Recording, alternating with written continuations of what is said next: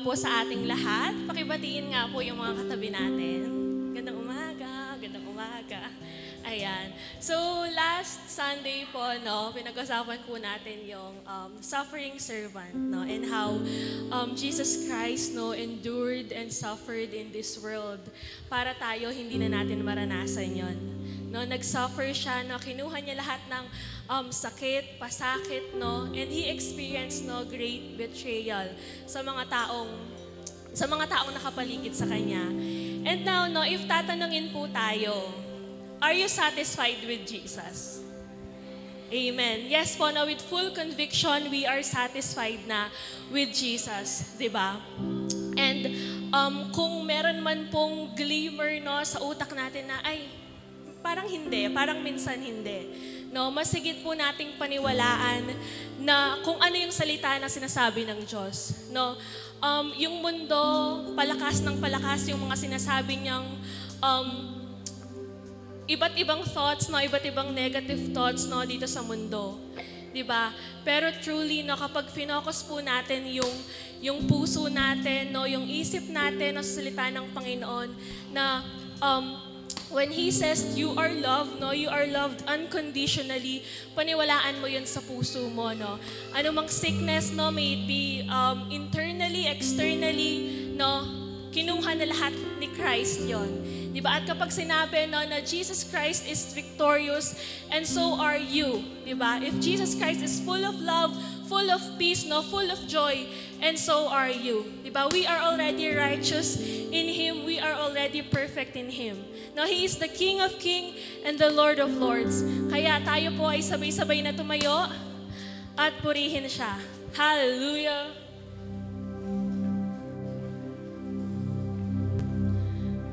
Praise Him. Let's clap our hands. Hallelujah.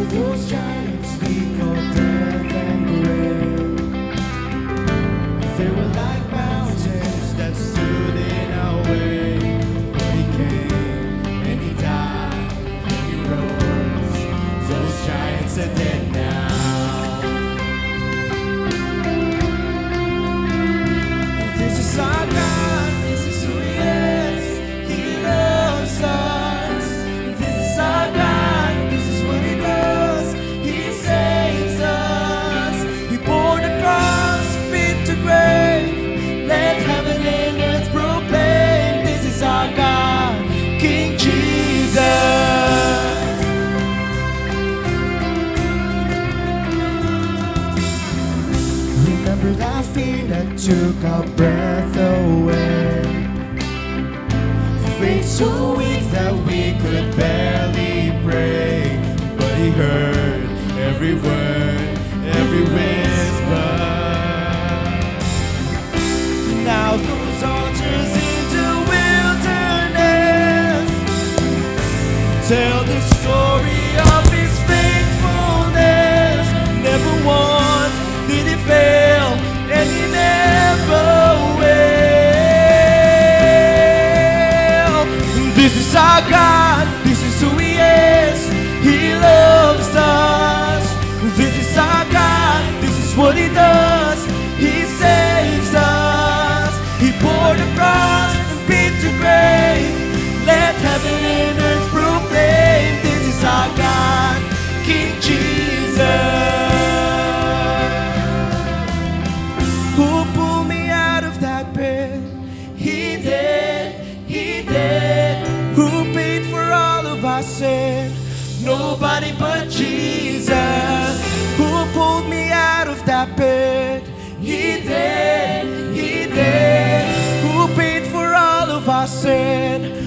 nobody but Jesus, who rescued me from that grave.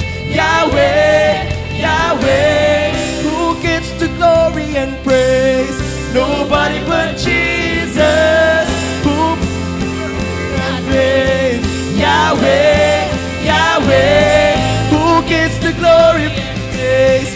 Nobody but Him. This is our God. This is who He is. He loves us. This is our God. This is what He does. He saves us. He bore the cross, been to grave. Let heaven and earth proclaim. This is our God, King Jesus. He bore the cross, been to grave.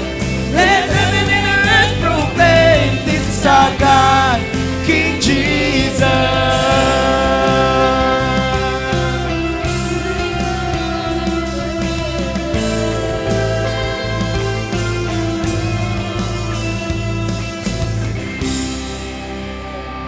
Hallelujah. It's our God. He's indeed greater. He's the King of Kings, the Lord of Lords. Let's praise Him. Thank you, Lord. Our God.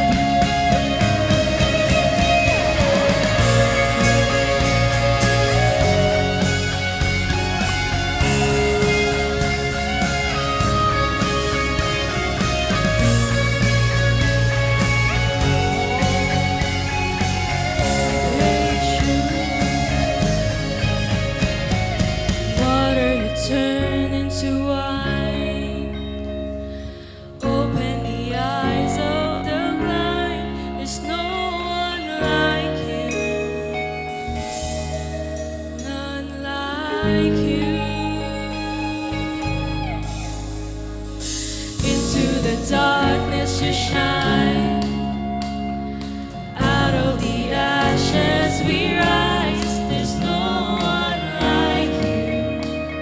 None like you. None like you. Our God is greater. Our God is stronger. That you are higher than any other. Our God is healer. Awesome in power. Our God. Our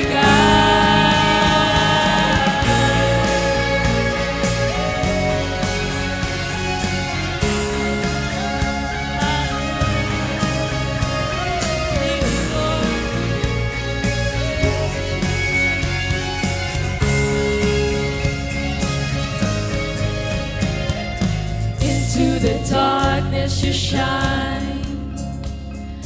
Out of the ashes we rise. There's no one like you.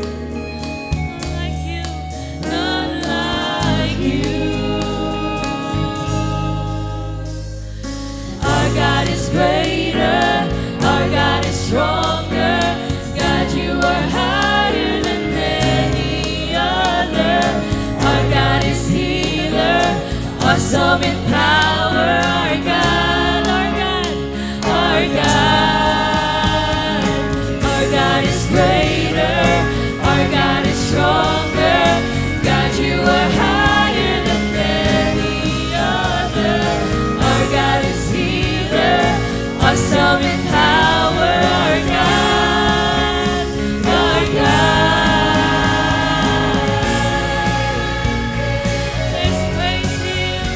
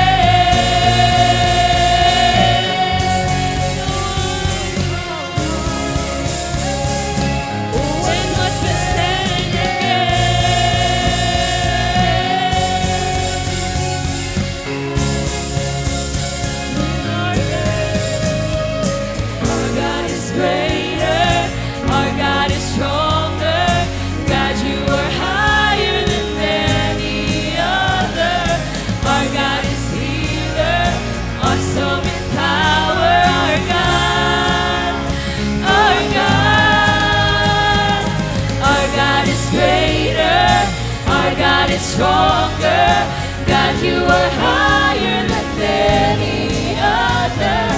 Our God is healer, awesome in power. Our God, our God.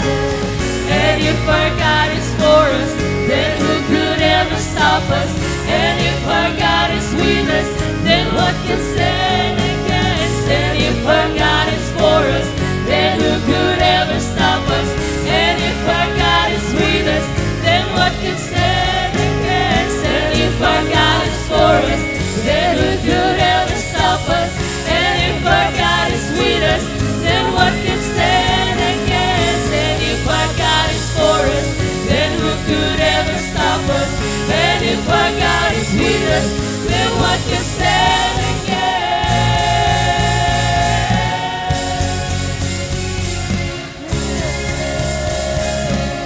What can stand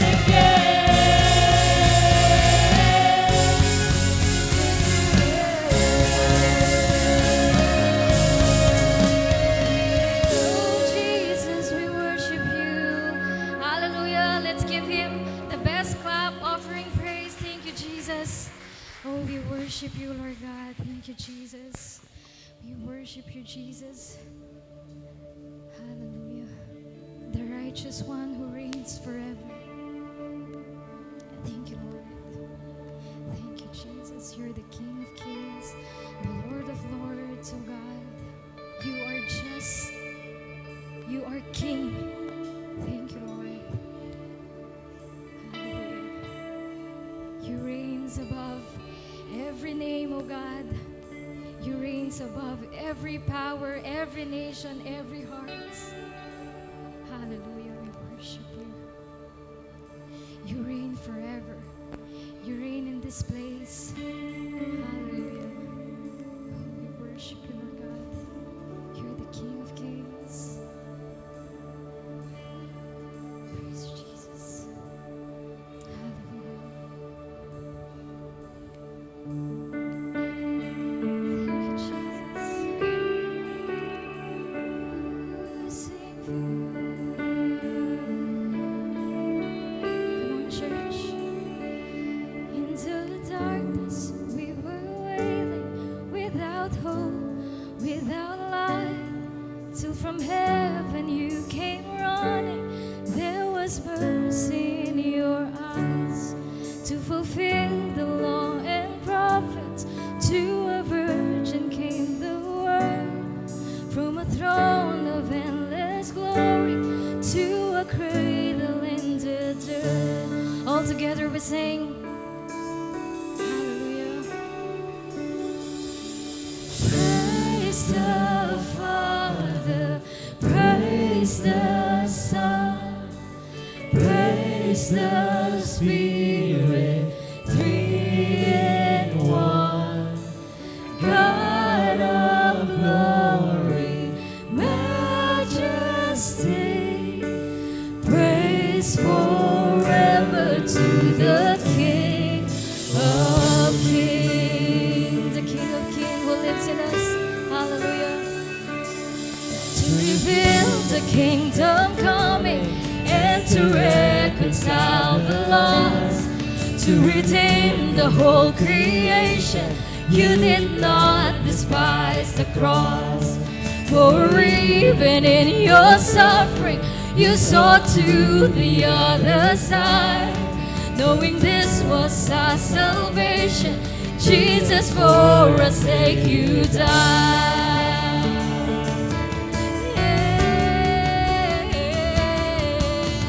Praise the Father, praise the Son, praise the Spirit, three in one.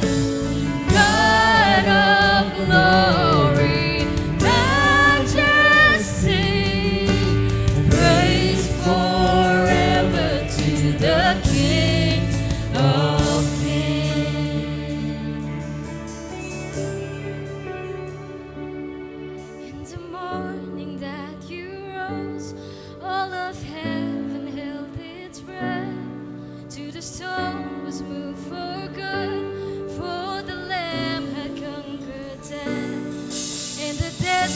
from their tombs, and the angels stood in awe for the souls of all who would come to the Father are restored. And the church of Christ was born, and the Spirit lit the flame. Now this gospel true of all shall not kneel, shall not fade. By His blood and in His name we declare, yes, Jesus, I am free. For the love of Jesus Christ, He has resurrected me.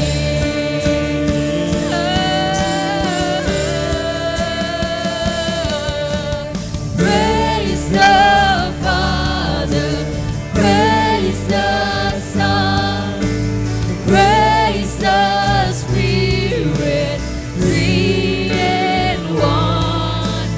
God of glory, majesty, praise forever to the King of kings. Praise the Father, praise the Son, from the top of our lungs. Oh, we declare the victory of Jesus. Hallelujah. Glory, majesty, praise forever to the King of kings. Praise forever to the King of kings. Oh, Jesus, this song is for you, oh God. Oh, the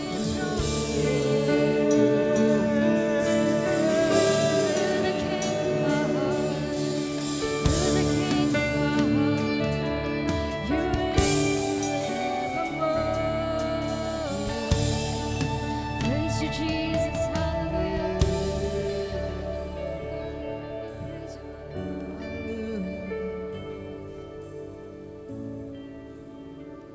Hallelujah, Lord. Hallelujah. Hallelujah. Oh, we thank you, Lord. We worship you, Jesus. Purihin ka, Panginoon. Itinataas ka namin sa lugar na ito, Panginoon. Dakila ka, O Diyos. Pinupuri ka namin, Panginoon, sapagkat karapat-dapat kang tumanggap ng papuri at pagsamba. Ikaw ay Diyos na makapangyarihan. Ikaw ay Diyos na banal. Ikaw ang Diyos na nagligtas, Panginoon, sa aming lahat. Ikaw ang Panginoon na hindi kumukupas. Ikaw ang aming Diyos na sinasamba at pinupuri. Ikaw ang Diyos noon at magpakailanman, Panginoon, ay mananatili kang Diyos. Oh, maraming salamat, Panginoon. You deserve the highest praises and adoration, O Lord. Salamat, Panginoon. Napakadakila mo, napakabuti mo sa amin, Panginoon. Mabait kang Diyos, hindi ka nagpaparusa, Panginoon. Ang iyong pag-ibig ay ibinigay mo sa lahat ng tao. Maraming salamat sa iyong kabutihan, Panginoon. O Lord, salamat po sa iyong mga salita na aming mapapakinggan sa umagang ito. Dahil ito, Diyos, ang patuloy na makapagbibigay ng lakas, Panginoon, upang kami makapagpatuloy na mabuhay sa mundong ito. Maraming salamat, Panginoon, dahil patuloy mo po kaming kinakalinga at tinuturuan sa pamamagitan ng iyong mga salita. Salamat, Panginoon. Wala kang kapantay, O Diyos. Napakabuti mo, Panginoon. Dakila ka sa lahat, kaya maraming salamat, Panginoon. Walang hanggang pasasalamat, O Diyos, ang amin pong sinasambit sa iyo. O maraming salamat, Panginoon. Salamat sa kalakasan. Sa bawat araw ay patuloy ka naming nararanasan sa aming mga buhay. Oh, maraming salamat, Panginoon. Walang hanggang pasasalamat ang amin pong ibinibigay sa iyo. Maraming salamat sa umagang ito, Panginoon. At patuloy nga po, O Diyos, na ikaw ang siyang makita sa lugar na ito. Salamat, Panginoon, sa iyo lamang po ang papuri, pagsamba at pagdakila sa makapangyarihang pangalan ni Jesus naming Diyos. Amen and amen. Praise the Father, praise the Son, praise the Spirit, three in one. God of glory, majesty, praise forever to the King of Kings. Praise the Father, praise the Son, praise the Spirit, three in one. God of glory, majesty, praise forever to the King of Kings. Praise forever to the King of Kings. Thank you, Jesus. Hallelujah.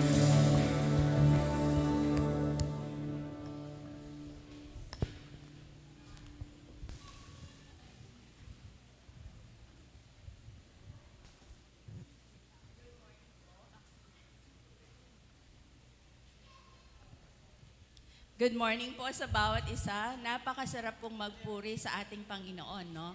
Every letter, every lyric would speak to your heart dahil ang ating mga puso po ay filled na ng Holy Spirit. The Holy Spirit enables us to understand the love behind the letters and the words. Amen. So, bago po tayo mag-pray, marami po tayong mga announcements. Mag-a-announce po muna ako. Okay, so for the Sunday school, you will have your meeting after the service. October 28, CFSM hosts OCAM. So yung mga leaders po natin, if you would like to join us, no, okay, you will sabihin nyo lang po, especially our pastors. Okay, and then on October 31, Men's Fellowship at Emilia's Resort, Cabio Bacal, sa Paliputan at 6 p.m. So yung mga men's group po, meron kayong fellowship. And then yung ating pong good news, our pledging will start on November 2. Alam ko po na ready na tayo to see the fulfillment, no? Yung kabuuan po ng ating school and how the church will utilize yung school natin para po mas marami pa yung ma-accommodate. Alright? So lahat po nang ready nang mag-pledge, magsabi ng Amen. Amen. Ayan, napakalakas po ha. Narinig po ng Panginoon yung pagtugon ninyo sa pledging natin. Opo, every first Sunday po yun. Hindi lang, mag-start lang po siya ng November 2, pero every first Sunday of the month, ibibigay po natin yung pledge natin. Okay, and then on November 9 po, ushering and communion team will have their fellowship.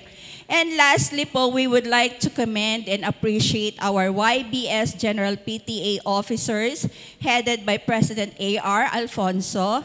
No po, and officers, palakpakan po natin sila for the clean-up drive they did sa side loan po natin. Nakikita niyo po yung lininis nila. Okay, so napagpaalam na po ba natin, Madam? Napagpaalam na po natin na pwede na pong maging parking space ng ating mga motors and motorcycles. Palakpakan po natin. Opo, yun pong side, no? Yung nakita po ninyong nakalinis. Okay, nakatambak. And speaking po of nakatambak, we would like to appreciate also Brother James Yanga for the tambak. Okay, alam ko magpapadala pa siya eh. No? Thank you so much, Brother James. Okay, yun po. So we salute all our brethren, no? Nag-extend po tayo ng tulong sa bawat isa para maipakita po natin yung unity, cooperation in the name of our in the name of our Lord, para po yung accomplishment natin as a whole, no? We give glory to our God as a community of church. Amen. So, kung wala po tayong idadagdag pa, yun po yung mga ating mga announcements. And let us pray. Father God, nakikita mo ang aming mga puso, O Diyos. Meron pong kasiyahan sa pagbibigay because we have seen it in our faith and in our heart, Lord Jesus, na isa pong pagpapala para sa amin ang pagbibigay, Panginoon. It is not extension of asking, but it is an extension that we appreciate and acknowledge that you have already given what we need, Lord God. Sa amin pong pagbibigay sa araw na ito, sa oras na ito, alam po namin ang aming mga puso ay handa dahil ito ay magbibigay ng kapurihan sa iyong pangalan. Nothing is less from us, Lord Jesus, because you are our source. Sa lahat po ng aming pangangailangan at sa lahat po ng aming pong hinihiling, ang sagot mo ay yes, Lord God, because you are a God who always says yes to your people. Kaya nga po sa aming mga tinatanggap, sa aming ibibigay, Panginoon, receive it, Lord God, ng may pasasalamat sa aming mga puso, and may we give you back all the glory, honor, and praise in the mighty name of Jesus. Amen.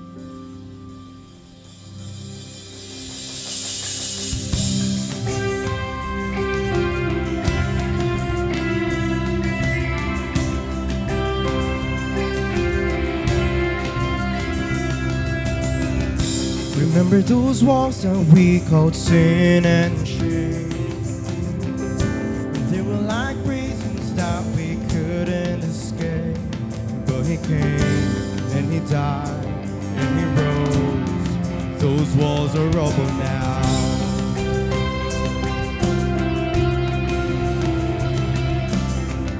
Remember those giants we called death and grave. They were like mountains that stood in our way. But he came and he died and he rose. Those giants are dead now. Ayan, wala pong nabigay sa amin na papel, kaya inaanyayahan ko po na tayo ay tumayo at i-welcome natin ang isa't isa. This is our God, this is who he is. He loves us. This is our God, this is what he does. He saves us. He bore the cross, beat the grave. Let heaven and earth proclaim. This is our God, King Jesus. Who pulled me out of that pit? He did, he did. Who paid for all of our sin? Nobody but Jesus. Who pulled me out of that pit? He did, he did. Who paid for all of our sin? Nobody but him. This is our God, this is who he is. He loves us. This is our God, this is what he does. He saves us. He bore the cross, beat the grave. Let heaven and earth proclaim. This is our God, King Jesus.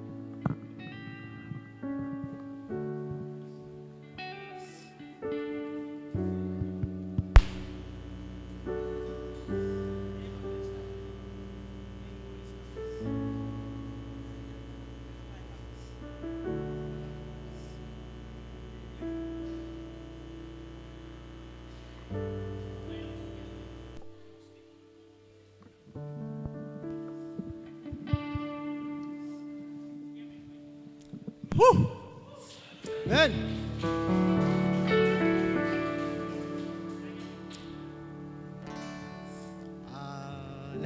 pong maghandog ng isang awit sa ating Panginoon. Dahil po ako'y mag-50 years old na.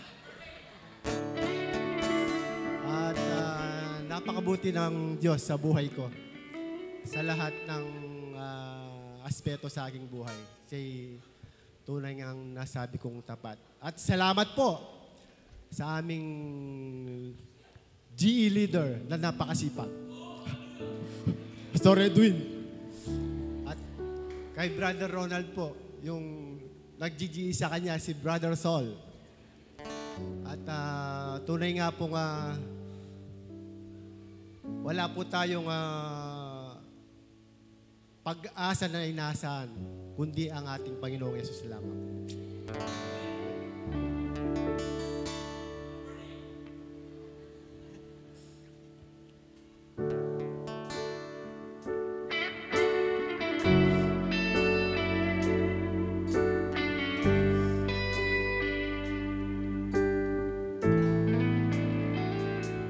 Sa dilim ng aking buhay, ako naglalakad mag-isa, pagod na puso't kaluluwa, walang na ng pag-asa, kung sa dulo ng daan, may liwanag akong nasilayan, boses ng pag-ibig, sa puso ko'y tumawag, tinawag akong muli kahit ako'y nagkasala.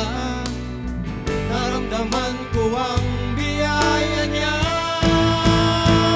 Pag-asa sa Kalbaryo, doon ko naranasan ang tunay na pagbabago.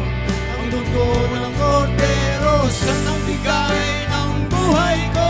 Pag-asa sa Kalbaryo,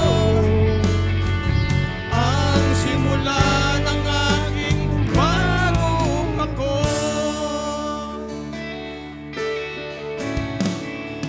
Dati ako'y ng sarili kong kasalanan, ngayon ay pinalaya ng pag-ibig na walang hanggan, wala nang takot, wala nang lumay, wagkat kasama ko siya sa bawat tagumpay. Tinawag akong muli kahit ako'y nagkasala. Naramdaman ko ang biyaya niya. Pag-asa sa Kalbaryo, doon ko naranasan ang tunay na pagbabago. Ang dugo ng kordero, siyang nagbigay ng buhay ko. Pag-asa sa Kalbaryo, ang simula ng aking bagong ako. Sa krus ako'y lumuhod, lahat ng bigat ay naalis. Pag-ibig niya'y napawakas, ako'y kanya magpakailanman. Pag-asa sa Kalbaryo, doon ko naranasan ang tunay na pagbabago. Ang dugo ng kordero, siyang nagbigay ng buhay ko. Pag-asa sa Kalbaryo, hanggang sa dulo, siya ang aking Diyos, ang aking pag-asa.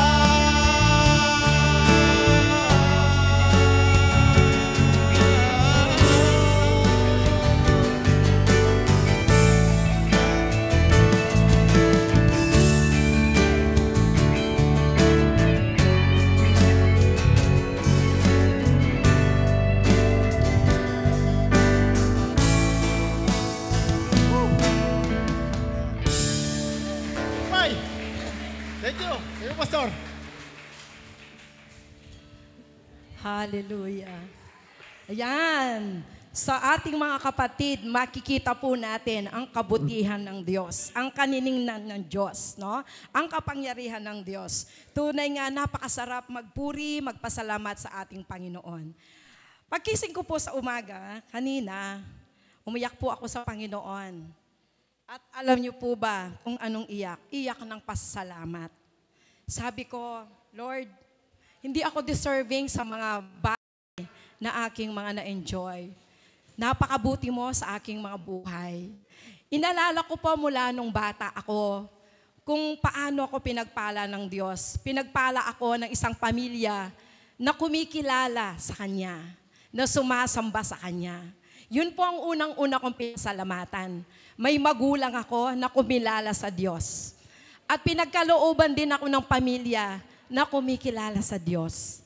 Kaya alam niyo po, sapat na sa akin nang makilala ko siya, tanggapin ko siya bilang aking Diyos at sariling tagapagligtas. Sapagkat masasabi ko po na sobrang kompleto na ako sa aking buhay. Wala nang kakulangan ang Panginoon sa aking buhay. Tunay na napakabuti po niya sa akin. At nararanasan ko yon sa bawat araw ng aking buhay. Ano man ang panahon, ano man po ang season, ano man po ang pagkakataon, naranasan ko ang pag-ibig at katapatan ng Diyos.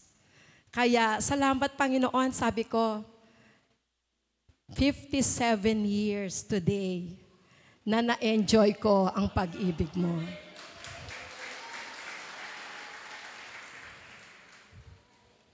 Hindi lamang 57 years ang lumipas. 57 na mabubungang araw ang ipinagkaloob ng Diyos sa akin. Kaya alam ko po, katulad ko, na kapwa ko mananampalataya, kayo rin po nararanasan nyo ang pag-ibig at katapatan ng Diyos sa inyong mga buhay. Amen po ba? Salamat sa Diyos sapagkat nakilala po natin siya. Kaya nga, ano pa nga ba ang hahanapin natin kundi ang sambahin at pasalamatan ng ating nag-iisang Diyos. Ang hari ng ating mga buhay. Siya ang hari ng ating mga buhay, ang hari ng ating pamilya, ang hari ng bawat isa. At sa umagang ito, salamat sa Panginoon pagkat muli aalalahanin natin sa pamamagitan ng kanyang mga salita kung sino ang tunay na hari, ano siya sa ating mga buhay. Katulad ba siya ng hari na mga nakikita natin o na nabasa natin? Ang hari ang katumbas ngayon ay mga presidente, mga prime minister. Sa ibang bansa, king pa rin ang tawag sa kanila. Kapag narinig natin ang salitang hari, ano ang pumapasok sa ating mga kaisipan? Siyempre, marahil, makapangyarihan, no? Isang makapangyarihang pinuno. Maaaring nakaupo sa trono, nasa palasyo. Sa Pilipinas, meron po tayo, no? Ang pinuno natin ay ang ating Pangulo, ang ating Presidente. Nasaan po siya? Nasa Malacanang Palace. So mostly, nasa mga palasyo ang ating mga pinuno. Ang hari, no? Nakatumbas ngayon ay ang ating mga presidente. Maaari din ang hari, mayroon silang corona, no? Sa ibang bansa, meron ding mga crown yung mga hari. Kasi nung pumunta po ako sa Brunei, no, nakita ko ang tirahan ng hari, sa gate pa lang ginto na po. No? Hindi ka pwedeng pumasok, mamamatay ka doon pag hindi ka pinapasok. So, at pag dumaan po yan, lahat ng mga sasakyan kinakailangan tumabi. Dahil pag merong hindi tumabi at nagbigay pugay sa hari na yon, sila po ay makukulong, no, o mananagot sa kanilang batas. Ang hari ay sinusunod, no, ng kanyang mga nasasakupan. Ngunit kakaiba ang ating kinikilalang hari sa ating mga buhay. Si Jesus, ang hari na pinili ng Diyos, ay hindi ipinanganak sa isang palasyo, kundi ipinanganak sa isang sabsaban. Hindi siya dinala ng mga kawal, katulad ng mga hari, pag dumarating yan o mga presidente, may mga royal guards sa kanyang mga dinadaanan. May carpet na dinadaanan ang mga hari na tinuturing natin ngayon. Hindi siya dinala ng mga kawal, kundi sinabayan siya ng mga pastol. Hindi siya naghari sa pamamagitan ng mga espada, kundi sa pamamagitan ng kanyang pag-ibig. Ang focus po natin sa umagang ito ay the enthroned King, Jesus, the righteous King. Tingnan po natin kung paano mula sa lumang tipan hanggang sa bagong tipan, ipinakita ng Diyos ang kanyang dakilang plano ng kaligtasan sa pamamagitan ng isang hari na maghahari magpakailanman. Isang hari na makatarungan, mapagmahal at tapat. At ang hari na ito ay walang iba kundi ang ating Panginoong Jesucristo, ang matuwid na hari or the righteous King. Sa 2 Samuel, ipinahayag po ng Diyos sa pamamagitan ni Propeta Nathan kay Haring David ang kanyang pangako na walang hanggang kaharian. The King promised by God. Pagkamatay mo, sige po, tingnan natin ang 2 Samuel chapter 7 to 12. Chapter 7 and verses 12 to 16. The King promised by God.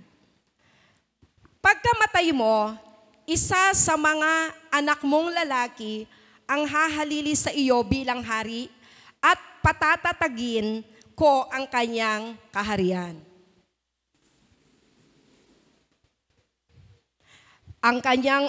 Siya ang magtatayo ng templo para sa akin at sa kanyang angkan magmumula ang maghahari sa aking bayan magpakailanman. Ako'y kanyang magiging ama at siya'y aking magiging anak.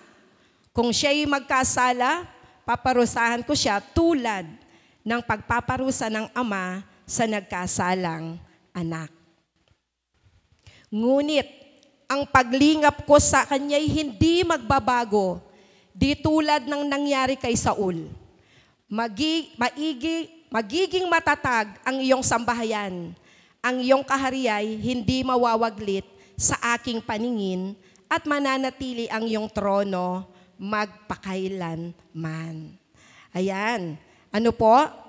Ang tipanang ito ay natupad kay Jesus, ang anak ni David.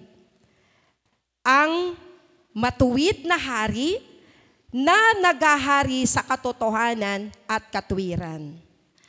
At sa kanyang pamumuno, nahahayag ang puso ng Diyos bilang mapagmahal na ama, mapagkalingang ama.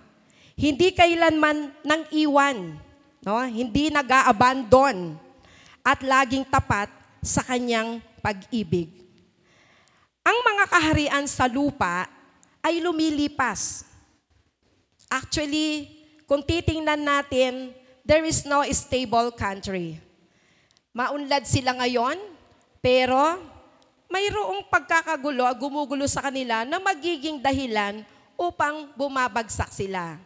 Sa larangan ng ekonomiya, ang Pilipinas ay gayon din.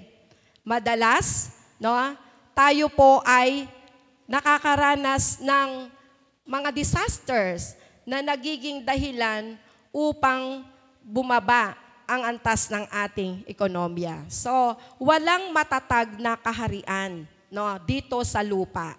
Maaaring umunlad, maaari ding bumagsak ang isang kaharian. So, wala pong stability, no? Ang mga kaharian dito ay lumilipas, no? Subalit ang kaharian ng Diyos ay mananatili magpakailanman. No? Hindi katulad ng sa lupa na hindi nagiging stable, subalit ang kaharian ng Diyos ay mananatili magpakailanman. At sa kasunod na talata, no, ipinahayag naman ni Propetang Jeremias ang tungkol sa isang matuwid na sanga mula sa lahi ni David. Mga prophecies po yan sa Old Testament. Kaya kanina sinabi ko, no, yung pagdating ng hari, yung patungkol sa hari, ipinahayag na yan sa pamamagitan ng propeta sa Lumang Tipan na nagkaroon ng katotohanan, reality sa Bagong Tipan. Kasunod dito, ipinahayag ni Propeta Jeremias ang tungkol sa isang sanga mula sa lahi ni David. Basahin po natin ang Jeremias 23, verses 5 to 6. The righteous branch fulfills God's promise. Nalalapit na ang araw, sabi ni Yahweh, napipili ako ng isang matuwid na sanga na magmumula saan? Sa lahi ni David. Tingnan po ninyo, no? Pinatotohanan sa Jeremias, yung kanina na binasa natin. Isang matuwid na sanga na magmumula saan? Sa lahi ni David. Isang hari na mamamahala ng buong karunungan. Wisdom, no? Pag-iiralin niya sa buong lupain ang katarungan at katwiran. Inilarawan ni Jeremias ang kapayapaan at kapanatagan na dadalhin ng darating na hari. Kay Jesus natupad ang kapayapaang ito, hindi pansamantalang kapayapaan na ibinibigay ng mundo, kundi kapayapaan sa habang panahon. Kapayapaan na binibigay ng hari na sinasabi sa aklat ng Jeremias. Tulad ng sinabi niya sa 1:14-27, ang kapayapaan ko ay ibinibigay ko sa inyo, hindi gaya ng ibinibigay ng mundo. Sa mundong ito na pag-aralan natin na hindi tayo kakailanman, no, magiging payapa sa habang panahon. May kapayapaan ngayon pag na-distract tayo, naapektuhan tayo ng mga kung ano-anong sitwasyon, no, anong-anong seasons, bumabagsak po ang ating kapayapaan, nawawala ang ating kapayapaan. Subalit, ang dala ng hari na ito ay kapayapaan na panghabang panahon. No? Endless peace. No? Yan po ang tunay na kapayapaan, ang hatid ng hari na dinidescribe po sa aklat ng Jeremias. Sa pamamagitan ng kanyang kamatayan at muling pagkabuhay, tiniyak niya na walang hanggang kaligtasan para sa kanyang bayan. Tayo po ang kanyang bayan. No? Walang hanggang kaligtasan ang binigay sa atin ng hari na pinag-uusapan po natin ngayon. Ang mga kabilang sa kanyang kaharian ay makakaranas ng kapanatagan sapagkat ang hari ng katwiran ay nagahari sa kanilang mga puso. Mula nang tinanggap natin ang ating Panginoong Yesus bilang sariling tagapagligtas natin at Diyos ng ating buhay, nagahari sa ating puso ang kanyang kapayapaan. Pagkat siya mismo ang ating kapayapaan. Ang ating Diyos, ang ating hari, siya mismo ang ating kapayapaan. Si Jesus ay hindi lamang matuwid, siya mismo ang ating katwiran. Siya mismo ang ating kapayapaan. Sa pananampalataya sa Kanya, napapatawad tayo at nagiging matuwid sa ating Diyos, sa harapan ng ating Diyos. Tulad ng isinulat ni Pablo sa unang Korinto, chapter 1, verse 30, si Kristo ang ating katwiran, kabanalan at katubusan. Amen. Kaya't ang propesiya ni Jeremias sa chapter 23, verses 5 to 6, ay natupad Kanino? Kay Jesus. Ito ay natupad sa ating Panginoong Yesus, ang nakaluklok na matuwid na hari. Sa Kanya natagpuan natin ang kapayapaan, sa Kanya natagpuan natin ang katwiran, sa Kanya natagpuan natin, napasa atin ang kaligtasan na walang hanggan. Amen po ba? Kakasunod po tayo. Mga prophecies po yan na dinidescribe yung ating hari. Sa pamamagitan din ni Propeta Isaias, ipinahayag ng Diyos ang pagdating ng isang sanggol na maghahari magpakailanman. Prophesy na po na darating ang isang sanggol na maghahari magpakailanman. The child who is the eternal king. Basahin po natin. Sapagkat isinilang ang isang sanggol na lalaki para sa atin. Ibibigay sa kanya ang pamamahala at siya ay tatawaging kahanga-hangang tagapayo, makapangyarihang Diyos, walang hanggang Ama at prinsipe ng kapayapaan. Kita po natin, magiging malawak ang kanyang kapangyarihan at walang katapusang kapayapaan ang ipagkakaloob sa trono ni David at sa kanyang kaharian. Itatatag niya ito at pamamahalaan na may katarungan at katwiran mula ngayon at magpakailanman. Isasagawa ito ni Yahweh na makapangyarihan sa lahat. Ang Isaiah chapter 9, verses 6 to 7 ay isa sa makapangyarihang propesiya sa lumang tipan tungkol sa pagdating ng Mesiyas. Ipinahayag nito na isang bata ang ipinanganganak, hindi isang karaniwang bata, kundi yaong magdadala ng banal na kapangyarihan at maghahari magpakailanman. Yan po ang propesiya. May sanggol na isisilang na maghahari magpakailanman. At pinakita din po yan kung ano ang karakter, ano ang nature ng darating na hari. Ano ang nature ng isisilang na sanggol na tinatawag na Mesiyas. At ito pa po ang good news. Ang paghahari ni Jesus ay hindi lamang para sa Israel. Hindi lamang po para sa Israel, kundi para sa buong mundo.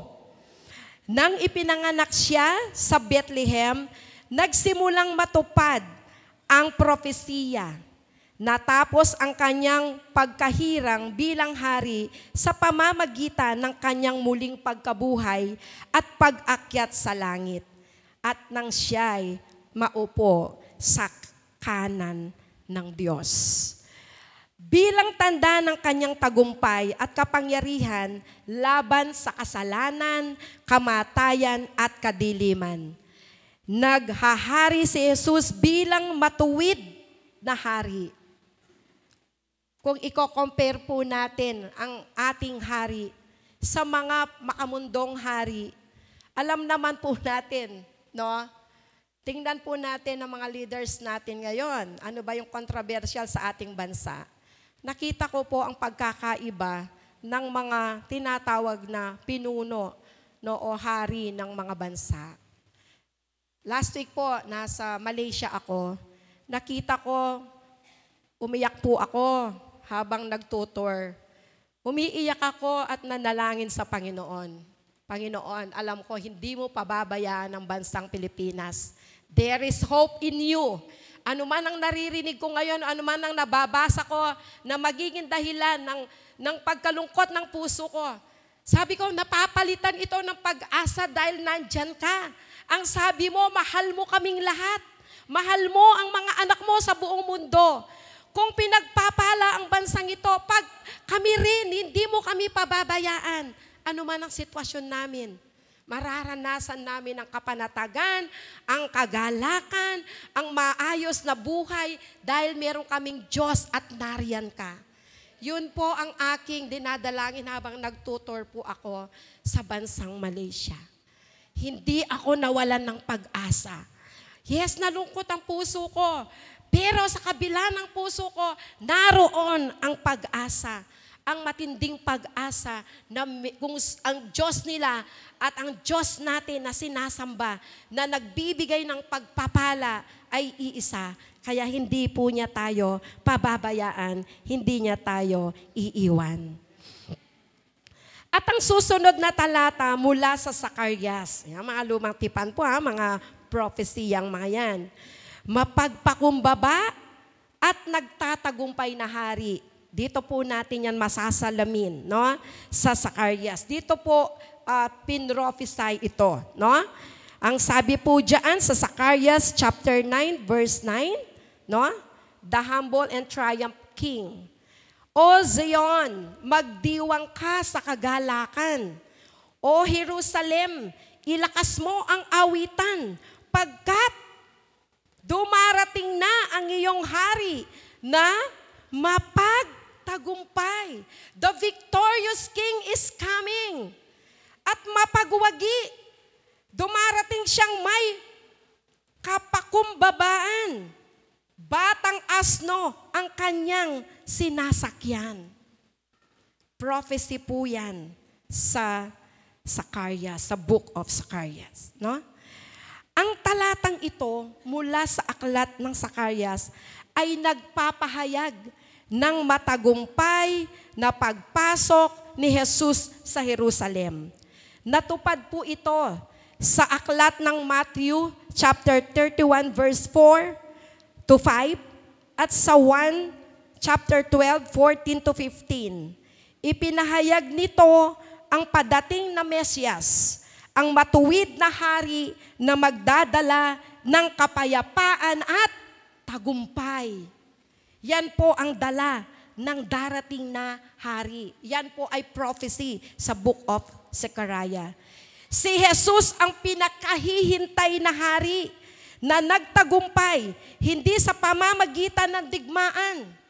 Kasi nung panahon po ang mga hari, masasabing tagumpay sila pag nanalo sila sa digmaan, nakuha nila ang mga ari-arian ng kanilang sinakop na bansa. Hindi yan po ang nature ng papadating na hari na ating kinikilalang hari. Hindi tulad ng mga haring sumasakay sa kabayong pandigma. Si Jesus ay sakay ng asno. Ang asno ay simbolo ng kapakumbabaan at kapayapaan. Ang horse ay simbolo ng war, digmaan, at yun ang sinasakyan ng mga makalupang hari sa unang panahon. Subalit ngayon, yung ngayon siyempre po, limousine, mga ganyan na, no? Pero ang ating Panginoong Yesus, sakay siya ng asno na simbolo ng kapakumbabaan at kapayapaan. Ipinakita niya ang tunay na kadakilaan sa kaharian ng Diyos ay may mapaglingkod na puso. Ang ating hari ay mayroong mapaglingkod na puso. Kaya nga po kung kumikilala tayo sa ating hari na may pakumbabaan at mayroon po siyang tinatawag na pusong mapaglingkod, ganun din po ang magiging nature natin dahil tayo ay anak ng Diyos. Tayo ay mapagpakumbaba at tayo rin po ay mayroong tinatawag na servant heart. No? Tayo po ay mayroon ding servant heart. Kasi yun po ang tunay na kadakilaan ng ating hari. At ang susunod na talata, ito naman po ay pagpapaalala ni Mateo na ang pagpasok ni Jesus sa Jerusalem ay katuparan ng banal na plano ng Diyos na itinakda na noon pa. Basahin po natin ang Matthew 21 verses 4 to 5. Sa gayon, natupad ang sinabi ng propeta, sa lungsod ng Zion ay ipahayag ninyo, tingnan mo, ang hari mo'y dumarating, Siya'y mapagpakumbaba. Masdan mo't siya'y nakasakay sa isang asno, sa isang batang asno na anak ng isang babaeng asno. Yan po ang nakakonect doon sa binasa nating nakaraang verse. No? Pinatunayan po, no, diyan, pinapaalala, no, ni Mateo na ang pagpasok ni Jesus sa Jerusalem ay ang katuparan ng banal na plano ng Diyos na itinakda na noon pa. No? Sa kanyang pagpasok sakay ng asno, tinupad niya ang propesiya, no, na nagpahayag na siya ang pinangakong hari ng Mesiyas ng Diyos. Ipinapakita nito na hindi nabibigo ang salita ng Diyos. Hindi pa etcheng-etcheng lang ang salita ng Diyos. Ang salita ng Diyos ay totoo, no? Ipinangakong hari ang Mesiyas. Ipinapakita nito na hindi nabibigo ang salita. Totoo ang salita ng Diyos. Ang kababaang loob, no? Ang kababaang loob ay totoo. Paglalakbay at pagkahari ni Jesus ay ganap na ayon sa kanyang kalooban. Noong unang panahon, ang mga hari, na katulad ng sinabi natin, sumasakay sila sa kabayo para makipagdigma. No? Subalit nang dumating ang ating Panginoong Yesus, no, na simbolo ng asno ay kapayapaan. So ipinakita niya ang kanyang kaharian tungkol sa, ang kanyang kaharian ay hindi tungkol sa karahasan, kundi ang kaharian ng Diyos ay kapayapaan. Pumasok siya sa Jerusalem hindi bilang mandirigma, kundi bilang isang mapagpakumbabang at matuwid na hari na nag-aalay ng kaligtasan at pagkakasundo. Siya ay dumating upang hindi upang paglingkuran, kundi upang maglingkod, upang ialay ang kanyang buhay bilang pantubos sa ating mga kasalanan. No? At sa makalangit na pangitain, nakita ni David ang pagdating ng hari ng kaluwalhatian. At mababasa po natin yan sa mga awit. No? Sa awit, chapter 24, verses 7 to 10. No? Ito po yung the King of Glory and Power. Buksan din yung mabuti ang mga tarangkahan. Buksan ninyo pati ang mga lumang pintuan at ang dakilang hari papasok at daraan. Sino ba itong dakilang hari? Siya si Yahweh na malakas at makapangyarihan. Si Yahweh matagumpay sa labanan. Na ipapakita po dito, no? Ang ating hari ay righteous, mighty, and worthy.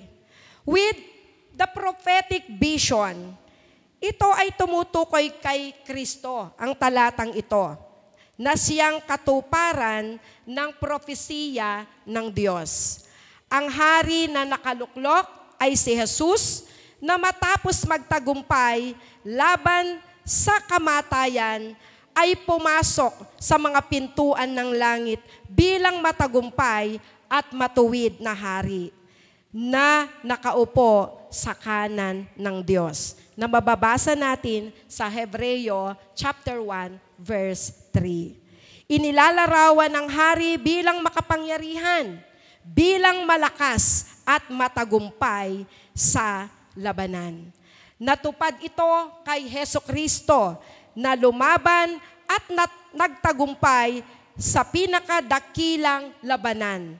Hindi laban ng mga hukbo, kundi laban sa kasalanan, kamatayan at sa dyablo. Nagtagumpay ang ating Panginoong Jesucristo sa krus ng Kalbaryo sapagkat siya ay muling nabuhay na kung saan yon ang naging dahilan kung bakit tayo mga kapatid ay mayroong pag-asa. Kung bakit tayo mga kapatid ay matagumpay sa lahat ng labanan. Laban ng buhay, laban ng kahirapan, laban ng kalungkutan, matagumpay tayo sapagkat ang hari na matagumpay ay nasa ating mga buhay. Siya ang nasa atin. Kaya tayo ay matagumpay na Kristiyano, matagumpay na mananampalataya. Sapagkat ang tagumpay na ating Diyos, ang ating Jesucristo ay nasa atin na. Hindi tayo hahanap ng tagumpay. Ang tagumpay ay nasa atin na. Kaya kung naintindihan natin, bakit kailangan nating laging dinideclare, bakit sinisigaw ang tagumpay? Dahil kapatid ko, mga kapatid ko, yan ay isang katotohanan na tayo ay matagumpay. Amen. Ako po nararanasan ko sa aking buhay, sa maliit na mga scenarios, sa maliit at malaking pagkakataon, ang tagumpay ay nandyan sapagkat alam ko, nasa akin ang tagumpay. Ang Diyos na aking kinilala, ang mismong nasa akin. Kung bakit sa lahat ng panahon, sa lahat ng gawain, naroon ang tunay na tagumpay. Hindi kung anong nakikita natin, kung hindi kung ano ang nasa puso po natin. Kapag sa kanyang muling pagkabuhay, napatunayan siya ang matuwid at makapangyarihang hari. Kapag si Jesus ang naghari sa ating buhay, ang kanyang kapayapaan ang magpapawi ng ating mga takot. Yan po ang nagpapawi. Kaya nga, sabi ko, hindi ako katulad noon na madaling matakot. Ngayon, hindi na po yon. Nagbago na kasi ang pagkakakilala ko sa aking Diyos. Hindi na yon natitinag sapagkat ang Diyos na nasa akin ay hindi ko hinahayaan na matinag. Ang pananampalataya ay lagi kong kinikip sa aking puso. Yan ang aking tinutungtungan. Yan ang aking nagiging buhay. Kung bakit na-enjoy ko po ngayon ang tunay na kapayapaan. Despite of what my eyes is always seeing in my surroundings. Kahit ano'y nakikita niya, hindi na yan ang nagiging issue sa akin. Kung hindi ang issue sa akin, may Diyos ako, may hari ako, tagumpay ako sa lahat ng labanan. Sa lahat ng Ganon din kayo mga kapatid ko. Yan ang paniwalaan natin sa ating mga buhay. Ang kanyang kapangyarihan ang nagiging kalakasan natin. Malakas ang ating Diyos dahil nandyan siya sa atin, malakas din tayo. Malakas din tayo. Kung may bagyo, malakas ang hari na nasa atin kesa sa bagyo. Bagyo ng buhay, bagyo ng problema. Ang kanyang presensya ang laging magdudulot sa ating puso ng kagalakan. Kaya nga sa lahat ng pagkakataon, magagalak po tayo. At ito po, sa mga susunod na aklat ay natupad ang lahat ng ito kay Jesus. Ang anak ni David na tinawag na hari ng mga hari at Panginoon ng mga Panginoon. Natupad po ito sa aklat ng Lucas, chapter 1, verses 32 to 33. Siya'y magiging dakila at tatawaging anak ng kataas-taasang Diyos. Ibibigay sa kanya ang Panginoong Diyos ang trono ng kanyang amang si David upang maghari sa angkan ni Jacob magpakailanman. Ang kanyang paghahari ay pangwalang hanggan. Endless. He reign forever. Maghahari siya magpakailanman. Hindi katulad ng presidente. Ilang years? 6 years. Ang mayor, 3 years. Ang Panginoon, panghabang buhay. Panghabang panahon. Mula sa lahi ni David, dumating ang pangako. Isang hari, hari ng katwiran at kapayapaan. Si Jesus ay naghahari sa ganap na katarungan at walang hanggang kapangyarihan. Ang kanyang trono ay mula sa Diyos, hindi sa tao. Ang mga kaharian ng mundo ay pansamantala. Ngunit ang kanyang kaharian ay walang hanggan. Itinatatag sa mga pusong nagpapasakop sa kanya. Tayo po yon. Sa pusong nagpapasakop sa kanya. At sa tuwing pipiliin ang katuwiran, pagpapatawad at pananampalataya ang ipinapahayag sa atin. Si Jesus ang hari ng ating mga buhay. Sabihin po natin, si Jesus ang hari ng aking buhay. Sabay-sabay po tayo. Yes, siya po ang hari ng ating mga buhay. Basahin din po natin ang katuparan nito sa Mateo chapter 2 verses 1 to 2. Panahon ng paghahari ni Herodes sa Judea, nang ipinanganak sa Bethlehem, nang siya'y isilang, may mga matatalinong taong mula sa silangan ang dumating sa Jerusalem. Matatalinong tao, take note. Nakita namin sa silangan ang mga bituin, kaya't naparito kami upang siya'y sambahin. The wise men. Tingnan nyo, matatalino sila. Alam nila kung anong tama. Alam nila kung sino si Jesus. Kaya nga po, hinanap nila. At nagdala sila ng pinakamainam na handog dahil kinikilala nila na si Jesus ang hari ng lahat ng mga hari at Panginoon ng lahat ng Panginoon. Nakita ng mga pantas ang bituin sa silangan, tanda ng langit na dumating na ang tunay na hari. Habang si Herodes, nakita din niya, na nasa trono siya noon. Ipinahayag ng Diyos ang kanyang hinirang na hari. Nang makita ng mga pantas si Jesus, sila'y lumuhod. Tingnan po ninyo. Wise men, marurunong na tao yan. Sila ay lumuhod pagkat kinikilala nila kung sino ang dumating. Maaaring tayo, katulad ng mga pantas, naghandog sila ng mga mamahalin, na mga bagay, mga precious, maaaring wala tayong ganong mga handog. Ngunit, kapag isinuko natin ang ating mga puso, ang ating buhay sa ating Diyos, yon ang pinakamahalagang pagsamba sa ating Panginoon. Ang pagkilala natin sa Kanya bilang Diyos at ating sariling tagapagligtas. At nakasulat din po sa pahayag, ang kasuotan ang nakasulat sa Kanyang kasuotan at sa Kanyang hita, ang ganitong pangalan, Hari at Panginoon ng mga Panginoon. So, yan po nagkaroon ng katuparan, nakita sa Kanyang kasuotan, maging sa Kanyang hita. Nakita ni Juan si Jesus bilang matagumpay na hari na tumalo sa kasalanan, kamatayan at kadiliman. Lahat ng kapangyarihang makalupa ay lilipas. Ngunit ang kapangyarihan ni Jesus ay walang hanggan. Siya ang hari ng mga hari at Panginoon ng mga Panginoon. Siya ang pinakakataas-taasang hari na may ganap na kapangyarihan. At kapag kinilala natin ang hari, na yan sa ating mga buhay, bilang ating Panginoon, isinusuko natin sa Kanya ang ating buhay. Isinusuko natin sa Kanya ang ating pamilya, maging ang ating mga pasya, ang ating mga pangarap, at pati ang ating kinabukasan, pagkat meron tayong kasiguruhan.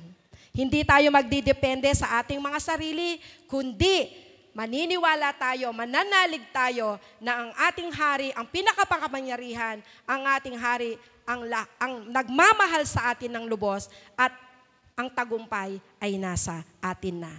At sa Kanyang pagbabalik, sinasabi po dyan, luluhod ang lahat at kikilalanin si Jesucristo bilang Panginoon sapagkat ang Kanyang paghahari ay buhay na sa mga pusong nananalig sa Kanya. So, siya na ang ating buhay. Kapag ang puso natin ay nasa ating Panginoon, nandiyan nakaluklok ang Diyos sa ating mga buhay, sa ating mga puso. Alam niyo po, ang tagumpay, ang katarungan, na ay nasa atin. At sa Kanyang pagbabalik, sabi nga, luluhod ang lahat at kikilalanin siyang Diyos. Kikilalanin siyang hari ng mga hari at Panginoon ng mga Panginoon. At ito na po yung huli natin. Makikita din po natin ang kaganapan sa unang Timoteo chapter 6 verse 14 to 15. Sundin mong mabuti ng may katapatan ng mga iniuutos ko sa iyo hanggang sa pagbabalik ng Panginoong Hesukristo. Siya'y darating sa panahong itinakda ng mapagpala at makapangyarihang Diyos, Hari ng mga hari at Panginoon ng mga Panginoon. Nasusulat din po yan sa Timothy. No? Tulad ng ating nakita sa mga kasulatan, si Jesus ang matuwid at itinanghal na hari. At dahil siya ay naghahari magpakailanman, pinaaalahanan tayo ni Pablo na dapat mamuhay ng mabuti habang tayo ay naghihintay sa kanyang pagbabalik. Ang mensahe ni Pablo ay malinaw, manatiling tapat hanggang sa pagdating ng ating hari. Si Jesus ay muling darating sa itinakdang panahon ng Diyos, hindi sa tinakda ng tao. Kaya walang September 15, 2022, 2025. Wala pong ganon. Sapagkat ang Diyos ang nagtakda nito at wala man ni isa sa atin ang may alam ng eksaktong panahon ng kanyang pagbabalik. Maaring di natin alam kung kailan, ngunit tiyak tayong babalik ang ating hari, no? At para gantimpalaan niya ang mga naging tapat sa kanya. Ang katotohanan ito ay magbibigay sa atin ng pag-asa at lakas ng loob habang naghihintay sa kanya. Siya ang hari ng mga hari at Panginoon ng mga Panginoon. Maghahari siya higit sa lahat at ang kanyang kaharian ay walang katapusan. Kaya mga kapatid ko, manatiling tapat hanggang sa pagbabalik ng ating hari, sapagkat tiyak ang kanyang gantimpala at walang hanggan ang kanyang paghahari. Amen po ba? Magandang umaga po sa inyong lahat.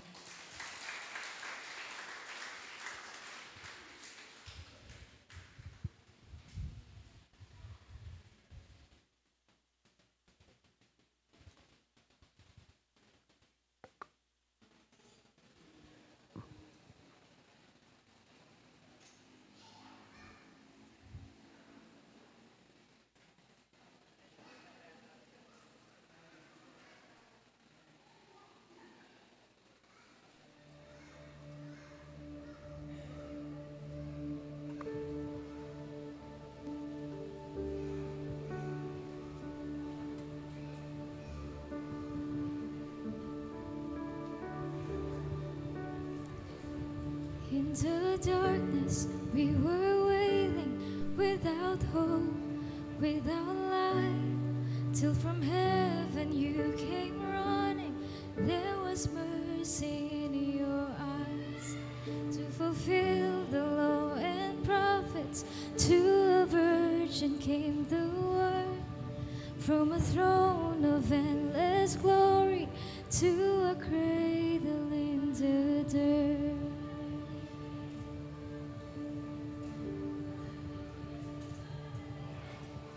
Praise the Father, praise the Son, praise the Spirit, three in one. God of glory, majesty,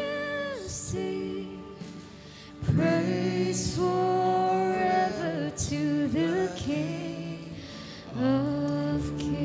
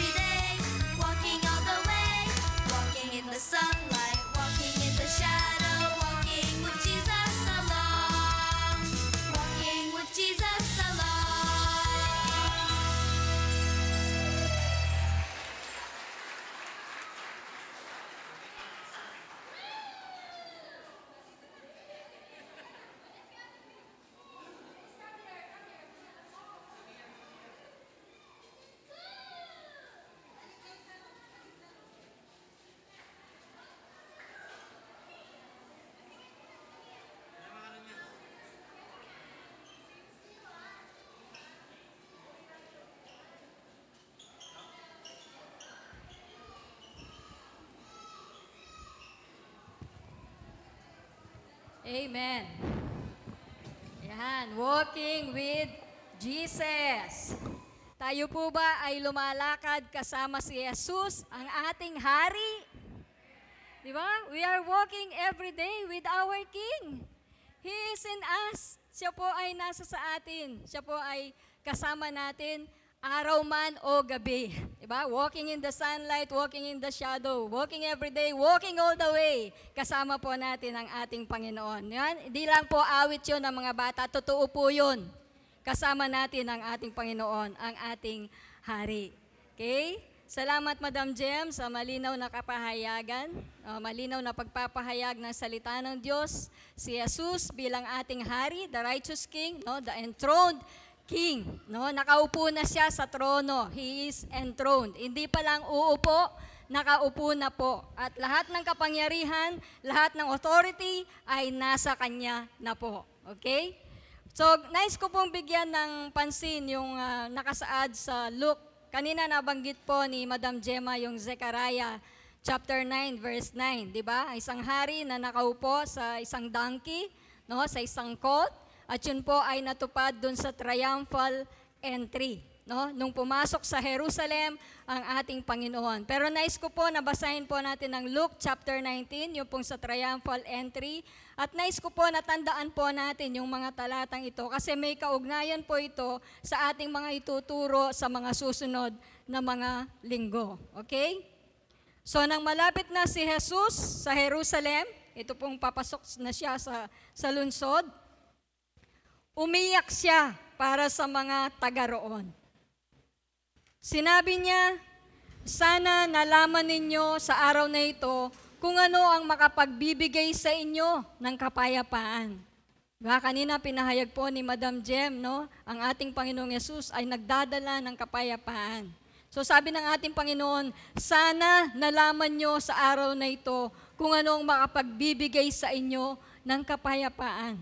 Umiyak, no, ang ating Panginoon Yesus nang papasok siya sa Jerusalem. Alam ko po 2 beses lang may wept sa Bible. Nung si Lazarus ay namatay, di ba? Jesus wept. At ito po, nung papasok siya sa Jerusalem, Jesus wept. Umiyak siya. Verse 43, sabi po niya, ito po ay prediction sa Jerusalem. Darating ang araw na papaligiran kayo ng kuta ng inyong mga kaaway.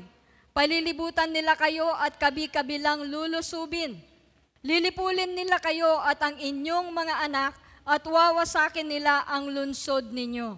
Wala silang iiwang bato na magkapatong. Mangyayari ang lahat ng ito sa inyo dahil binaliwala ninyo ang araw ng pagliligtas sa inyo ng Diyos. Sa English, you did not recognize the visitation of God. Hindi nila nakita si Jesus bilang hari na bumisita, na nagkatawang tao, Diyos na nagkatawang tao upang manahan sa tao. Pero ang Jerusalem, no, especially the leaders of Israel, no, mga leader sa Jerusalem, binaliwala nila ang araw ng pagliligtas ng Diyos. Alam po ninyo, ang pag-iyak po ng ating Panginoong Yesus dito is a cry of compassion. No? Kahabagan. Pagkahabag sa Jerusalem, sa Israel. No? Kasi Jerusalem po yung center po ng Israel. Ay, pag sinabing Jerusalem, sakop po ang Israel. Yung lamang po ang sentro kasi nandoon ang templo. So ang pag-iyak po niya is full of compassion and mercy. Habag. Kasi dumating po siya, kung babasahin po natin ang book of Matthew, malinaw po niyang ipinahayag ang pagdating ng hari.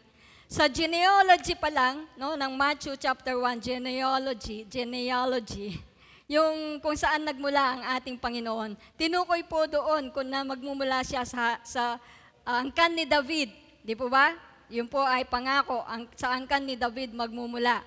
Okay, at sa Matthew chapter 2, binasa po kanina ni Madam Jem, yung mga wise men, yung mga magi, inahanap nila ang hari ng mga Hudyo. Hari, no? Kinilala na hari ng mga Hudyo. Where is the king of the Jews? Ang sabi po ng mga wise men. At kung babasahin po natin sa nung namatay ang ating Panginoon, no, sa aklat din po ng Matthew, ano po yung nilagay sa, sa itaas ng cross niya? The King of the Jews. Actually, kaya po nila nilagay yon to mock Jesus, para buwisitan jamu. Pero yun po yung totoo, the King of the Jews. Jesus is the King not only of the Jews, but of all the nations of the world. Siya po ang hari. Okay? So, ang sabi po niya, binaliwala ninyo ang pagbisita, ang pagliligtas ng Diyos sa inyo. Kung babasahin po natin yung mga unang talata nito ng Luke chapter 19, basahin na lang po ninyo sa inyong mga tahanan. Meron pong binanggit na parabola dito ang ating Panginoon, yung minas, parable of the minas, or talent sa ibang version po. Okay, may binigyan siyang pantay-pantay na minas, pero yung dalawa, nagbigay sila, may bunga, no? May bunga yung binigay ng Panginoon, pero yung isa, tinago lang niya sa kanyang panyo. Walang naging bunga. Pero merong nakapatungkol doon na hindi siya kinilala bilang hari.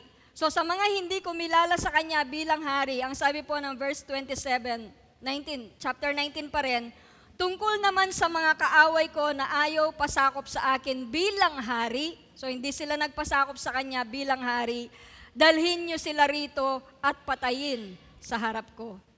Dalhin nyo sila dito at patayin sa harap ko. Ito po ay mayroong kaugnayan dun sa sinabi pong prediction ng ating Panginoon na darating ang araw na papaligiran kayo ng kuta ng inyong mga kaaway, palilibutan nila kayo at kabi-kabilang lulusubin. Lilipulin nila kayo at ang inyong mga anak at wawasakin nila ang lungsod ninyo. Walang silang iiwang bato na magkapatong. Okay? Lahat madudurog. Lahat madedestroy. Okay? Sabi ko nga po, this is a prediction and a web of compassion.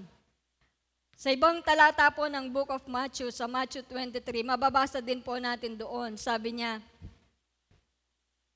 ilang beses kong tinangka na tipunin kayo, no? Alagaan kayo, katulad ng pag-aalaga ng isang inahing manok sa kanyang mga sisiw. Pero ayaw nyo, ang sabi po ng ating Panginoon. Tinutukoy din po niya ang Jerusalem, ang Israel. Gusto ko kayong alagaan, gusto ko kayong tipunin. Katulad ng pagtipon, pag-alaga ng isang inahing manok sa kanyang mga sisiw. Pero ayaw nyo. Okay? Ito po yung mga salita ng ating Panginoon. At dito po sa ating binasa ay prediction din po kung ano ang mangyayari dahil sa pagtanggi nila. No? Sa pagkupkop ng Panginoon, ayaw nilang paalaga. Dumating ang hari, dumating ang tagapagligtas, pero hindi po nila kinilala. Binaliwala po nila ang pagdating ng Mesyas. Binaliwala nila ang pagdating ng hari. Kaya po, ito yung mangyayari. Hindi po nagkulang ang Panginoong Yesus sa pangangaral ng Ebanghelyo, sa pangangaral ng salita ng Diyos. In fact, nung dumating po siya, di ba? The kingdom of God is at hand. Repent. Magsisi na kayo. Magbalik loob kayo sa Diyos dahil dumating na ang paghahari ng Panginoon.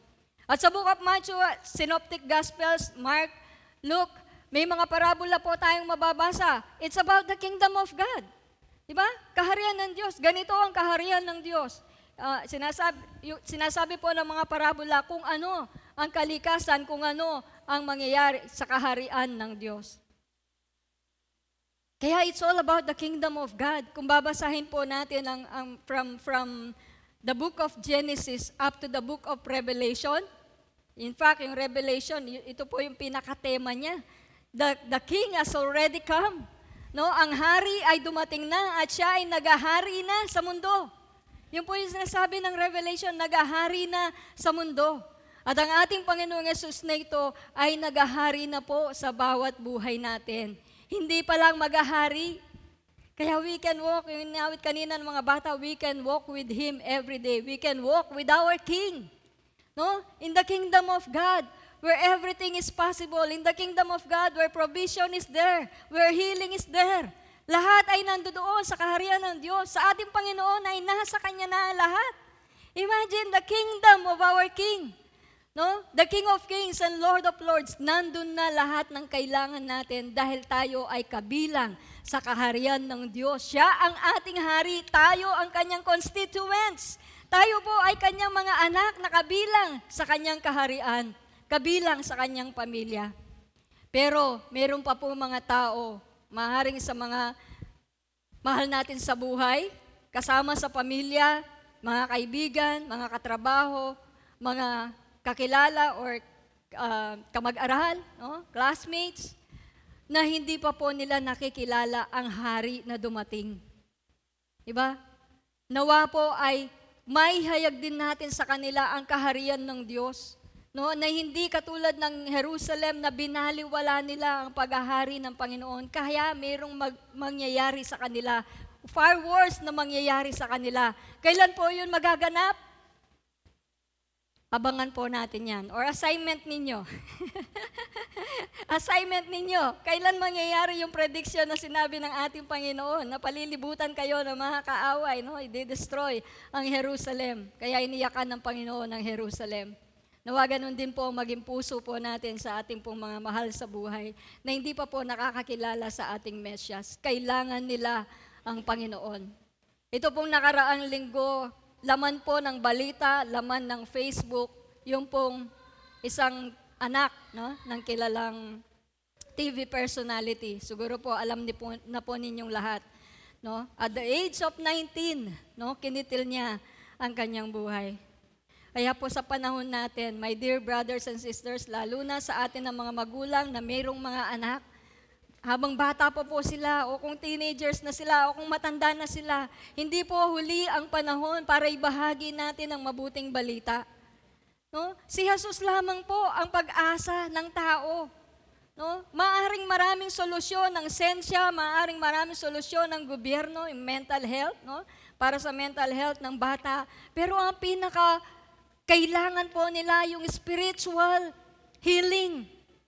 Na makilala po nila ang ating Panginoon and spiritually, no, ay makita nila na sila ay minamahal ng Diyos, sila ay tinanggap ng Diyos, kaya nga namatay ang ating Panginoon para sa kanila. Kaya pag naramdaman po nila ang pag-ibig ng Diyos, in spite na hindi sila minamahal ng lahat ng taong nakapaligid sa kanila, dahil alam nilang minamahal sila ng Diyos, makakapagpatuloy po sila sa kanilang mga buhay. Kaya kailangan po nila ang Panginoon. At tayo po bilang iglesia, no, tayo po ang gagamitin ng Diyos upang ibahagi ang salita ng Panginoon. Upang ipakilala sa kanila ang hari na ating tinanggap. Hari na makatarungan, hari na matuwid, at hari na nagbibigay ng kapayapaan sa ating mga buhay. Amen po. Tayo pong lahat ay yumuko. Sige po, tumayo po tayo. Since this is last Sunday po, ipanalangin din po natin ang maraming may sakit o may mga karamdaman sa oras na ito. Hallelujah. Thank you, Lord God. Thank you, Father. Hallelujah, hallelujah. Panginoon, marami pong salamat, O Diyos. Dahil patuloy po naming nalalaman at naunawaan, O Diyos, na Ikaw, na aming hari, ay dumating na sa aming mga buhay. Ikaw ay nagahari na, Panginoon. Ikaw ay nagtagumpay na. Kaya ang tagumpay na yon, Panginoon, ay taglay din po namin. Bilang hari, O Diyos, ibinigay mo na ang lahat para sa amin. Kasama na po ang kagalingan. Lord, nawa patuloy po naming makilala, Lord God, na Ikaw lamang aming dakilang manggagamot. Nang iyong masalita, Panginoon, ay buhay at kalakasan sa bawat isa po sa amin, Panginoon.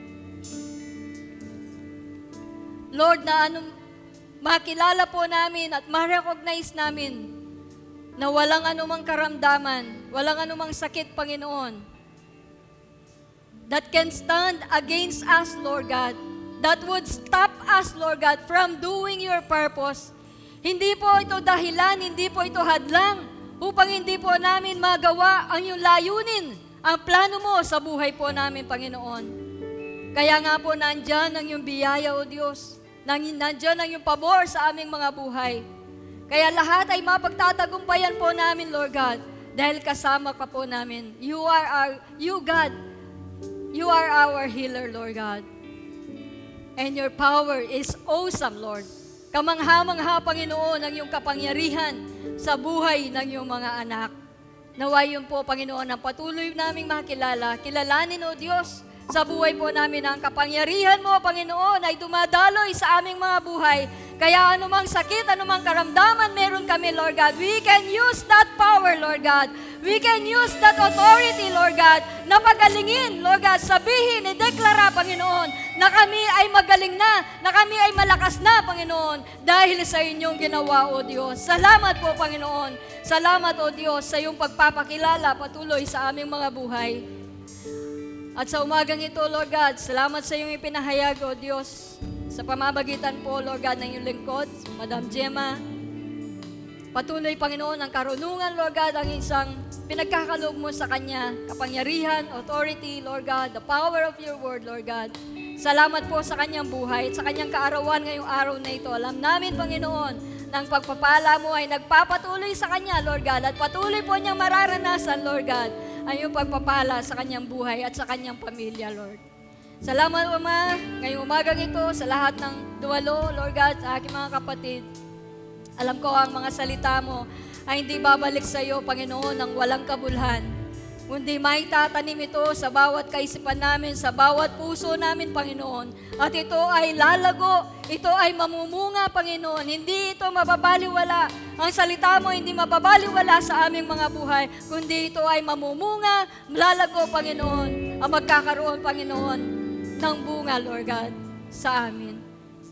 Sa lahat ng mga mahal po namin sa buhay, Lord God, nawa makita po namin ang kahalagahan ng iyong kamatayan, ng iyong pagkabuhay na muli, ng iyong pag-upo sa Ama bilang Hari, Lord God, na sila rin, O Diyos, ay makakilala sa iyo bilang kanilang Panginoon at tagapagligtas. Kaya po ngayong umagang ito, Lord God, ang lahat ng kalwalhatian, karangalan sa iyo bilang Hari, Panginoon, ang aming paggalang, Lord God, pag-revere sa iyo bilang aming Hari, Lord God, ay amin pong ibinibigay, Lord God, sa Hari ng mga hari, sa Panginoon ng mga Panginoon, sa ngalan ng Ama, ng Anak, at ng Espiritu Santo, ang lahat ay magsabi ng Amen and Amen.